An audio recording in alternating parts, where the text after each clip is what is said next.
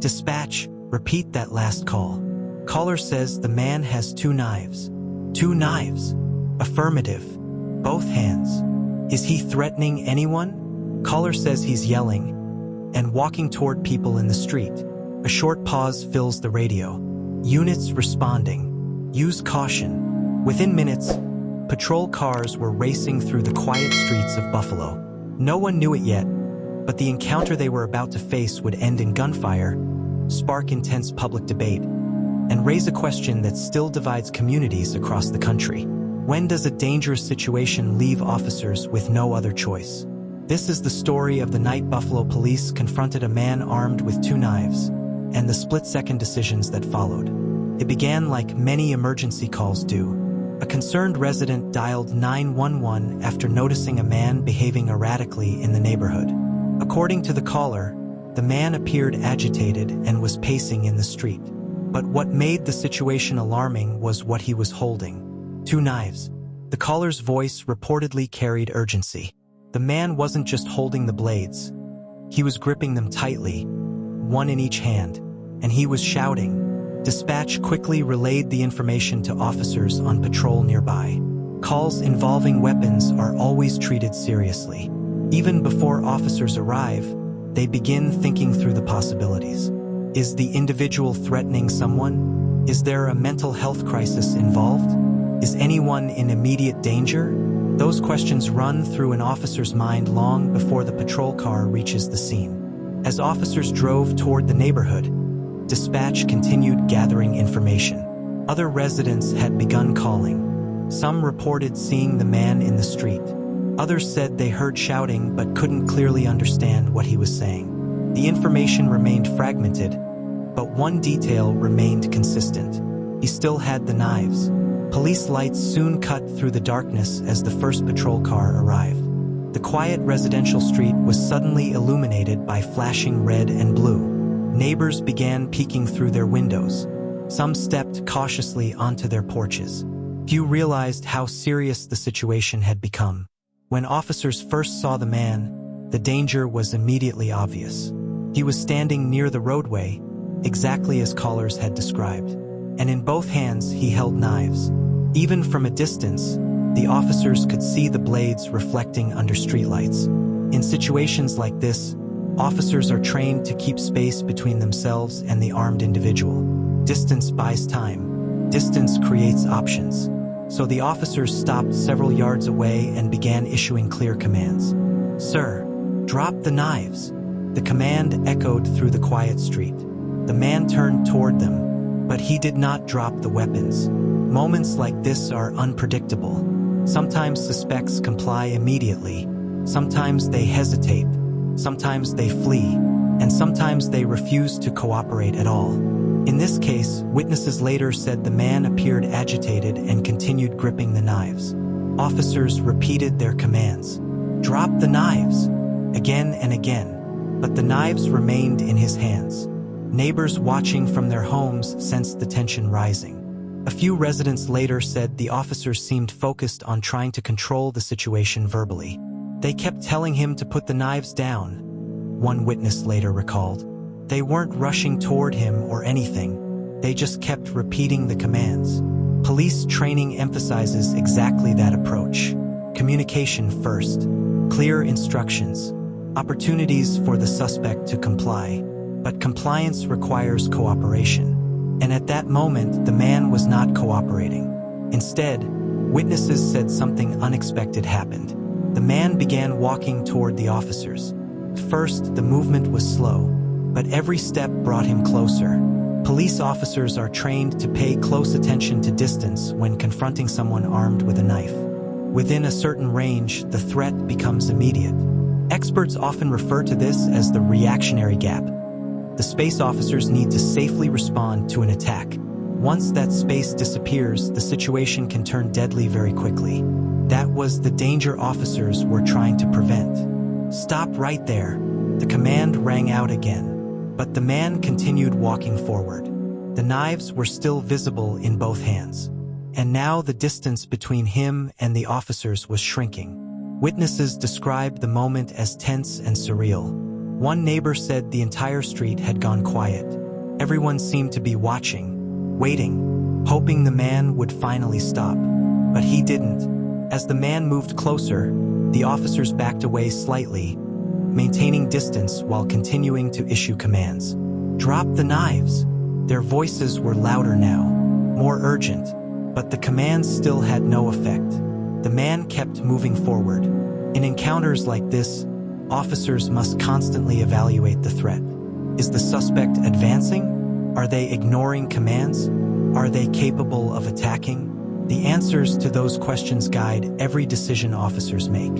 And the answers in this moment were deeply concerning. According to witnesses, the man's movements became more aggressive as he approached. He lifted the knives higher. Some people watching believed he might be preparing to attack. Others thought he appeared confused or distressed. But from the officer's perspective, the critical factor remained the same. An armed individual was closing the distance, and he was ignoring repeated commands to stop. Back at police headquarters, dispatchers were listening carefully to radio updates. Every detail mattered. Officers reported what they were seeing. Male still armed, not complying, moving toward officers. Each update confirmed the same reality. The situation was escalating. For officers on the scene, the moment had become extremely dangerous. In police training, a person armed with a knife who continues advancing despite commands represents a serious threat. The officers now had only seconds to determine how the situation might unfold. Would the man finally stop? Would he drop the knives?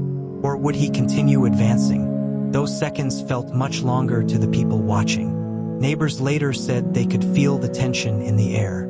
One resident described the moment as frozen. Everyone seemed to be holding their breath. Then something changed. Witnesses later said the man suddenly began moving faster. What had been a slow approach quickly turned into something far more alarming. The officers raised their weapons, not immediately firing but ready. "Drop the knives." It was the final warning, but the man did not stop. The next few seconds would determine everything, and the choices made in those seconds would soon become the focus of a detailed investigation. Because when officers face an armed suspect advancing toward them, the situation can turn deadly in an instant. And on that quiet street in Buffalo, that moment was rapidly approaching. What happened next would change the night forever. But to understand why the confrontation escalated the way it did, investigators would need to reconstruct every step that led to the final moments before the shots were fired. And those moments would reveal just how quickly a dangerous situation can spiral out of control. Unit 3, what's your visual? Male confirmed. 2 knives. Distance. About 20 feet, maybe less. Keep giving commands.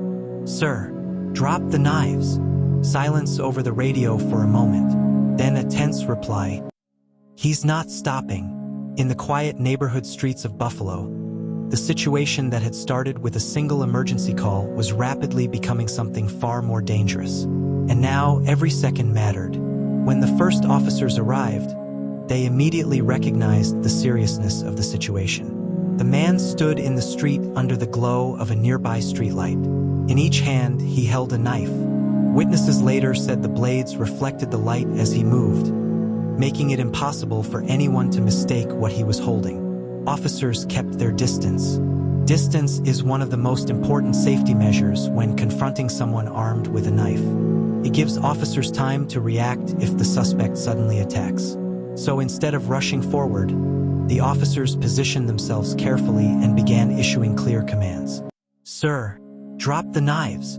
The command echoed across the quiet street, but the man didn't drop them. Neighbors began stepping outside to see what was happening. A few stood on their porches. Others watched through windows.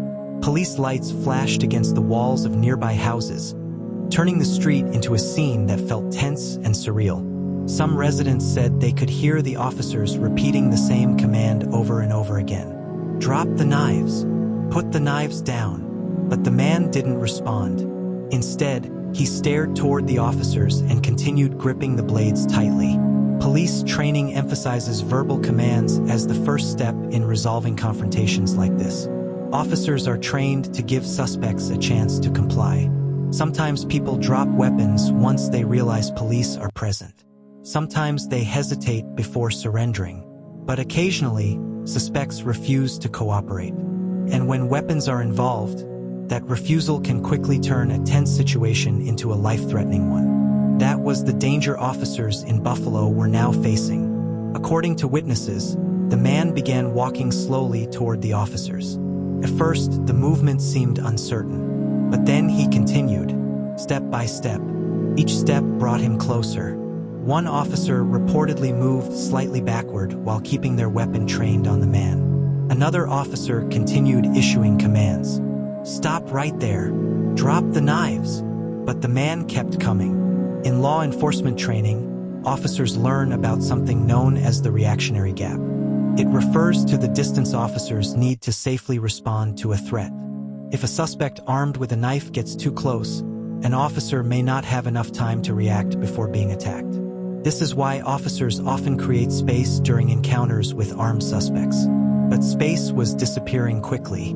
The man was closing the gap, and he still held the knives. Witnesses described the atmosphere as tense and frightening. One resident later told reporters that the entire street had gone quiet. You could hear everything, the witness said. The officers yelling, the man moving. Nobody else was talking. For the people watching, the scene felt like it was unfolding in slow motion. For the officers facing the armed man, the situation was accelerating rapidly. More patrol units arrived and stopped at a distance. Additional officers began assessing the scene. But the focus remained on the man with the knives. He had now moved significantly closer to the officers who had first confronted him. The commands continued. Drop the knives. Still no response. At this point, officers had to evaluate several critical factors. Was the man responding to commands? No. Was he still armed? Yes. Was he moving toward officers? Yes. Those three conditions combined create a situation police consider extremely dangerous. Officers must decide whether they have time to continue issuing commands or whether the threat is about to become immediate. And that decision often has to be made within seconds. Witnesses later said the man suddenly raised his hands slightly, but the knives remained visible. Some people watching thought he might finally drop them. Others feared something worse was about to happen. Then he moved again, forward, faster than before. Stop! The command came sharply from one of the officers, but the man did not stop. Instead, witnesses said he began moving directly toward the officers in a way that appeared more aggressive. The distance between them had become dangerously small. At that moment, the situation had reached a critical point. Officers could no longer rely on distance to keep themselves safe. Back at dispatch, radio updates continued. Suspect advancing. Still armed.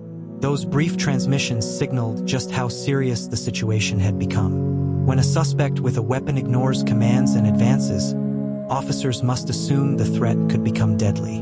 And now, that moment appeared to be approaching. Residents watching the scene later described the tension as overwhelming. One neighbor said they could see officers pointing their weapons but still shouting commands. They kept telling him to drop the knives, the neighbor said. It felt like everyone was waiting to see if he would finally listen, but he didn't. Instead, witnesses said the man suddenly moved forward again. This time quickly, the officers reacted instantly. In encounters like this, the final seconds often determine everything. Officers must decide whether the suspect is about to attack. And once that determination is made, the situation can change in an instant. The next moment would become the turning point of the entire incident, because the confrontation between officers and the armed man was about to reach its most dangerous point, a point where hesitation could mean serious injury or worse. And when that moment arrived, the officers would make the decision that ended the encounter. But to understand why that decision was made, investigators would need to examine what happened in those final seconds. Seconds that witnesses would never forget. Seconds that would soon become the focus of body camera footage, official reports, and public debate. Because on that quiet street in Buffalo, the confrontation was about to reach its most dramatic and tragic moment. Unit 3, status? He's still advancing. Repeat that. Suspect still moving toward us. Knives visible. Keep giving commands. Sir, drop the knives. A tense silence followed. Then a voice over the radio, sharper now.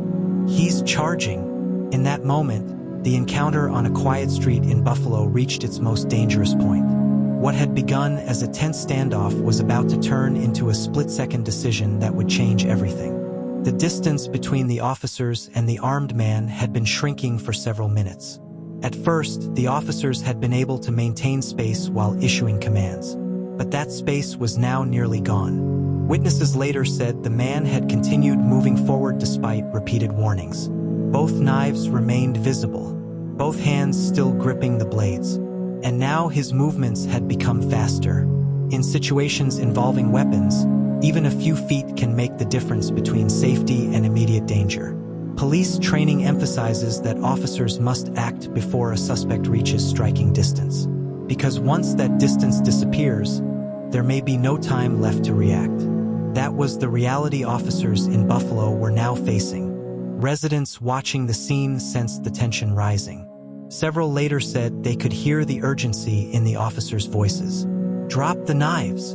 The command echoed again across the street. But the man did not stop. Instead, he continued moving forward. One witness later described the moment as the point where everyone realized something terrible might happen. The officers were backing away slightly, trying to maintain the reactionary gap. But the man kept closing the distance, and the knives were still raised. In police encounters, officers constantly evaluate what experts call threat indicators. Is the suspect armed? Are they ignoring commands? Are they advancing? If the answer to all three questions is yes, the situation becomes extremely dangerous. By that point in the encounter, all three indicators were present. The suspect was armed with 2 knives. He had ignored multiple commands to drop them, and he was moving toward officers. That combination left little room for hesitation. Witnesses later described the moment when everything suddenly accelerated. The man's pace changed. What had been a steady walk became a faster movement toward the officers. Some witnesses said it looked like he was charging. Others said it happened so quickly they could barely process what they were seeing. But everyone agreed on one thing. The situation had reached a critical point. Stop right there. The command came again. But the man did not stop. He continued forward, the knives still in his hands. The officers had only seconds to react. When an armed suspect closes the distance this quickly, officers must assume the threat could become deadly in an instant. And in those final seconds, hesitation can put lives at risk. Then the shots rang out. The sound echoed through the neighborhood. Several gunshots in rapid succession. The man collapsed to the ground. For a moment, everything seemed to freeze. Then the officers moved quickly. Suspect down. Call medical. Get EMS here now. Radio traffic filled the air as officers secured the scene. The confrontation that had been building for several minutes had ended in an instant. But the work of responding to the aftermath had just begun. Officers approached carefully, ensuring the knives were no longer a threat. Witnesses later said the blades were visible on the ground near the man. Paramedics were already on their way. Emergency sirens soon echoed through the neighborhood as medical teams rushed to the scene. Residents who had been watching from a distance now saw police tape being placed around the area. The quiet street had suddenly become a major crime scene. Paramedics began treating the injured man. Officers stepped back, allowing medical responders to work. But even as they focused on saving the man's life, investigators were already beginning the next phase of the process. Because anytime an officer fires a weapon, a detailed investigation must follow. Every moment leading up to the shooting would need to be examined. Supervisors soon arrived at the scene. They began coordinating the response and ensuring the proper procedures were followed. The officers involved in the shooting were separated and escorted away from the immediate area. This is standard protocol. It allows investigators to collect independent statements from each officer without influence from others.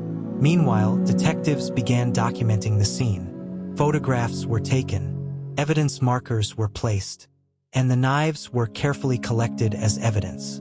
Witnesses were also asked to remain nearby. Investigators would want to hear their accounts of what happened, where they were standing, what they saw, what they heard. These details would later be compared with body camera footage and radio recordings. All of it would help reconstruct the timeline of the encounter. Body cameras are especially important in cases like this. Most modern police departments require officers to wear cameras during interactions with the public. These cameras capture video and audio from the officer's perspective. Investigators reviewing body cam footage often analyze every second. They examine the suspect's movements, the officer's commands, the distance between them, and the moment when the shots were fired. Those details help determine whether the use of force was justified under the law. As the investigation began, the scene in Buffalo remained tense. Residents gathered in small groups, discussing what they had witnessed. Some believed the officers had no choice. Others wondered whether the situation could have been handled differently. These debates are common after officer-involved shootings, and they often continue long after the investigation ends. Police officials soon released a brief statement confirming that officers had responded to a report of a man armed with knives. They also confirmed that an officer had discharged their weapon during the encounter. But beyond those initial facts, investigators said it would take time to determine exactly what happened. That process would involve reviewing body camera footage, interviewing witnesses, and analyzing physical evidence. Only then could officials determine whether the officer's actions followed department policy and state law. For the community, however, the questions had already begun. What led the man to confront police while holding two knives? Why didn't he respond to commands? Could the encounter have ended differently? These questions would soon dominate public discussion. But before any conclusions could be reached, investigators needed to examine the evidence carefully. Because in situations like this, the truth often lies in the smallest details. A movement, command, a few seconds that determine whether a threat becomes deadly. Those seconds would soon be reviewed by investigators, prosecutors, and possibly the public. And as the investigation continued, new information would begin to emerge. Information that could shed light on the events leading up to the confrontation, and on the decisions officers made in the final moments before the shots were fired. Because the story of what happened that night in Buffalo was far from over. In fact, the most important questions were only just beginning to be asked.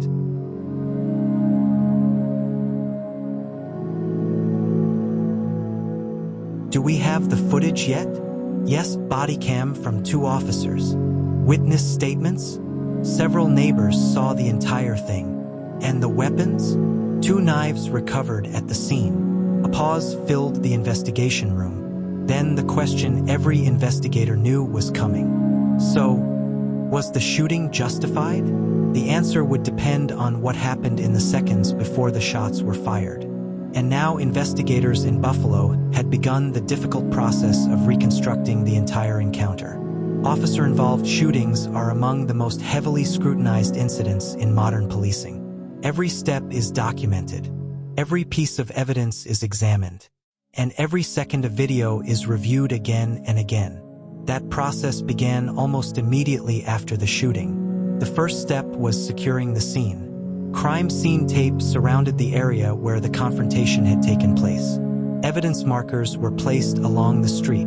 Investigators carefully photographed the location of the knives, the position where the suspect had fallen, and the areas where officers had been standing.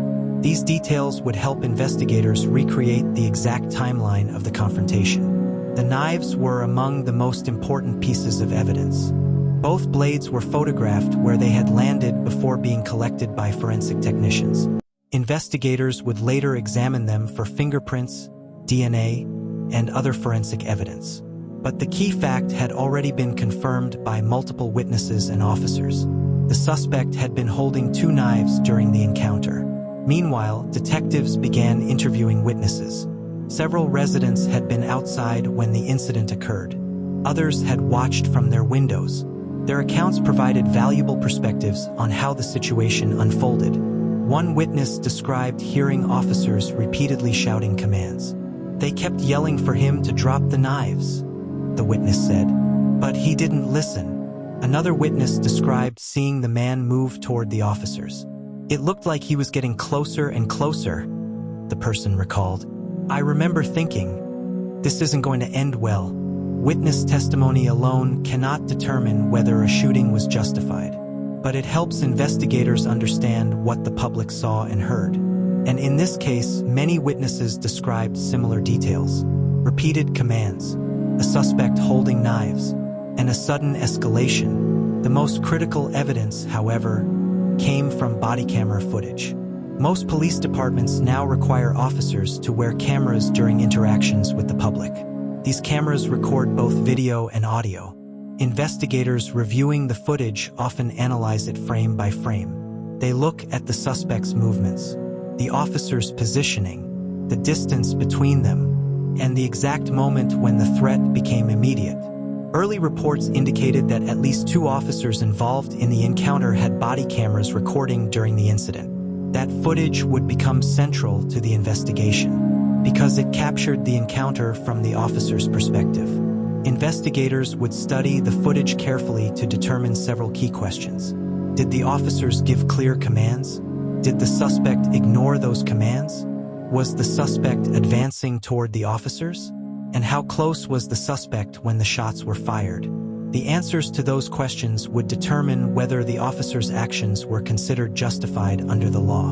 In the United States, police are legally allowed to use deadly force if they reasonably believe their lives or the lives of others are in immediate danger. In cases involving knives, investigators often examine what is known as the 21-foot rule. This guideline comes from law enforcement training studies showing that a person armed with a knife can cover about 21 feet in the time it takes an officer to draw and fire a weapon. If a suspect closes that distance quickly, officers may not have time to respond before being attacked. Because of this, distance becomes one of the most important factors investigators examine. If the suspect was rapidly approaching within that range, officers may have had only seconds to react.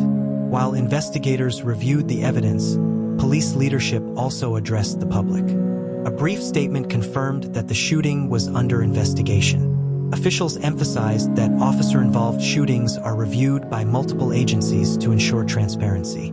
These investigations typically involve internal police investigators, independent detectives, prosecutors, or district attorneys. Each group examines the evidence separately before reaching conclusions. Meanwhile, news of the shooting began spreading quickly. Local media outlets in Buffalo reported on the incident within hours. Soon the story was circulating across social media. Some people expressed support for the officers, arguing that confronting someone armed with 2 knives left little choice. Others questioned whether the situation could have been de-escalated. These differing reactions are common after police shootings, because the public often receives only limited information in the early stages of an investigation. And without full context, speculation can spread quickly. Police officials urged the public to wait for the investigation to be completed before drawing conclusions. But in today's digital age, patience is rare. Online discussions quickly turned the incident into a broader debate about police use of force. Some posts emphasized the danger officers face when confronting armed suspects. Others argued that officers should always seek alternatives before using deadly force. These conversations reflected a larger national discussion that has been ongoing for years. For investigators, however, the focus remained on facts. They continued reviewing body camera footage. They compared witness statements with video evidence. They mapped the scene to determine distances and movements. Every detail mattered. Even small differences in timing or positioning could influence the final conclusion. Meanwhile, the officers involved in the shooting were placed on administrative leave. This is standard procedure in most police departments after an officer fires their weapon. Administrative leave does not imply wrongdoing. Instead, it allows investigators to complete their review without the officers continuing active duty during the process. During this time, officers typically provide detailed statements describing what they saw and why they believed deadly force was necessary. Those statements are later compared with physical evidence and video recordings. As days passed, investigators continued piecing together the timeline of the confrontation. They wanted to know exactly how long the encounter lasted, how many commands were given, and how quickly the final moments unfolded. Because in many officer-involved shootings, the critical decisions happen in just a few seconds. Seconds where hesitation could mean serious injury or worse. For the community in Buffalo, the investigation became the focus of intense interest. Residents wanted answers. They wanted to know whether the officers had acted appropriately, and they wanted to understand how the confrontation had escalated so quickly. Those answers would eventually come from the evidence investigators were now carefully reviewing. But before the case could be closed, one final chapter remained: the aftermath. Because once the investigation concluded, the findings would shape how the public understood what had happened that night. Detective, we have the final timeline reconstructed. Good. Let's review everything step by step. From the 9/11 call to arrival, commands given, distance closing, and the final shots fired. Silence filled the room. Every second mattered. Every decision was scrutinized. And in Buffalo, the community waited for answers that would determine whether justice had been served, or if tragedy was unavoidable. The investigation had now reached its final stage. Every piece of evidence had been reviewed: body camera footage, witness statements, forensic analysis of the knives, and officers' own accounts. The timeline reconstructed the deadly confrontation in precise detail. It had all begun with a single call: a man behaving erratically, holding two knives, moving through a quiet neighborhood. That ordinary emergency escalated in mere minutes to a life-or-death scenario. By analyzing the bodycam footage, investigators could see how quickly the situation had escalated. Officers repeatedly issued commands: drop the knives. The suspect ignored them. Distance shrank rapidly. The threat became immediate. Within seconds, officers made the decision they had been trained for: to fire in order to protect themselves and anyone nearby. Forensic analysis confirmed what witnesses had seen. The suspect had been moving toward the officers aggressively, knives in hand. The 21-foot rule, the principle showing a person with a knife can reach an officer faster than they can respond, was clearly relevant. The officers had mere seconds to evaluate the threat and act. These seconds would ultimately determine whether the shooting was legally justified. Officials released a public statement summarizing the findings. The shooting was deemed justified, as officers faced an immediate threat. The man's refusal to comply and the rapid closing of the distance left no viable alternative. But the story didn't end there. Public reactions poured in. Social media posts, local news coverage, and national commentary debated every aspect of the incident. Supporters emphasized the danger officers faced and the difficult split-second decisions they had to make. Critics questioned whether different tactics or earlier intervention could have prevented the deadly outcome. Meanwhile, the community began grappling with the reality of the night's events. Residents who had witnessed the shooting were both shaken and reflective. Many described the street as frozen in time while the confrontation played out. Others spoke about the flash of lights, the sound of gunfire, and the seconds that seemed to stretch endlessly. Even weeks later, the emotional impact lingered. The officers involved returned to duty following a period of administrative leave. They described the encounter in detail during official interviews, recounting the commands given, the suspect's movements, and the decision-making process that led to discharging their firearms. Investigators carefully compared these accounts with bodycam footage, witness statements, and physical evidence. The goal: reconstruct the incident in a way that left no ambiguity about what occurred. Legal experts noted that situations like this are a reminder of the unpredictability officers face on the streets. One misstep or hesitation can result in serious injury or death. At the same time, the case sparked discussion about public safety, the responsibilities of law enforcement, and the importance of crisis intervention strategies. The Buffalo incident became more than a local news story. It was a case study in rapid escalation, split-second decision-making, and the consequences that can follow. As the dust settled, investigators released a final report detailing the sequence of events. The 911 call alerted police to a man armed with two knives. Officers arrived and issued multiple commands to drop the weapons. The suspect advanced despite repeated warnings. The threat became immediate within seconds. Officers fired, resulting in the suspect being incapacitated. The investigation concluded the use of force was legally justified. For the community, these facts were important, but they didn't erase the shock of witnessing violence in what had been a quiet neighborhood. Discussions about police training, crisis response, and public safety continued. Families, neighbors, and local leaders weighed in on how future incidents might be handled differently, or if some outcomes are simply unavoidable in high-risk encounters. The story of the Buffalo police shooting serves as a sobering reminder. Split-second decisions in the face of armed threats have consequences that ripple through families, neighborhoods, and society at large. Every call to 911, every response by law enforcement, and every action taken in those critical seconds is subject to scrutiny. And for the officers on that street, those moments were life-altering. In the end, the incident became more than a headline. It became a lesson in human behavior, the responsibilities of law enforcement, and the realities of confronting danger. The story of the night the Buffalo officers faced a man armed with 2 knives will remain a powerful example of how rapidly ordinary situations can spiral into life-or-death confrontations. And it stands as a stark reminder. In seconds, everything can change.